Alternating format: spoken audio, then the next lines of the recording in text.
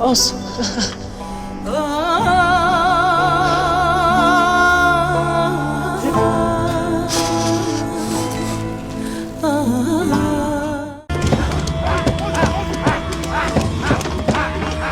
İzle, it.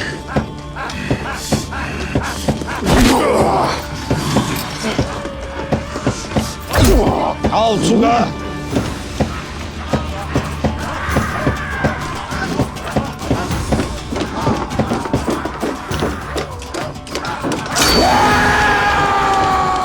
Oğlun Alp'ına geldin ama yolun sonuna geldin.